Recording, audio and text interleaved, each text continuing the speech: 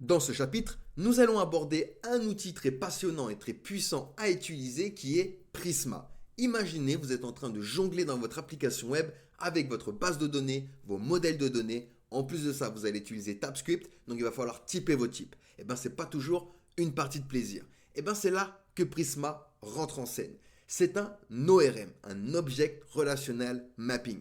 Et il va tout simplifier, de la validation de données aux requêtes SQL en passant par les migrations de bases de données. Autrement dit, il s'occupe de tout pour vous permettre de vous concentrer sur l'essentiel. Et bien dans ce chapitre, on va détailler tout ce qu'il faut savoir sur Prisma. On va plonger dans ses fonctionnalités et ses avantages et comprendre pourquoi c'est un incontournable pour le développement d'applications web modernes et évolutives.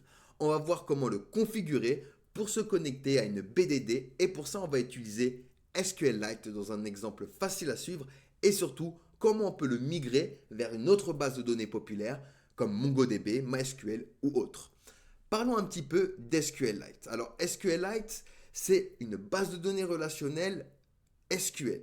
Donc, comparé à Firebase par exemple qui est non SQL, SQLite lui est SQL, mais elle est ultra légère. C'est-à-dire qu'il n'y a pas besoin de serveurs séparés.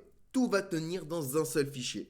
Et ça en fait une solution parfaite pour les petits projets, les tests ou même pour embarquer une base de données directement dans votre application.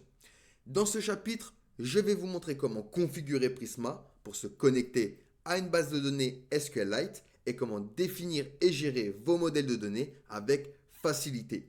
On va se faire un projet assez simple, une to-do list, et on va voir donc les opérations du CRUD, create, read, update, delete, créer, lire, modifier, supprimer, qui sont les 4 opérations pour communiquer donc avec une BDD.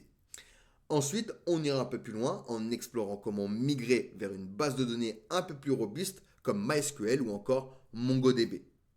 Allez, si vous êtes prêts, eh ben c'est parti pour ce chapitre.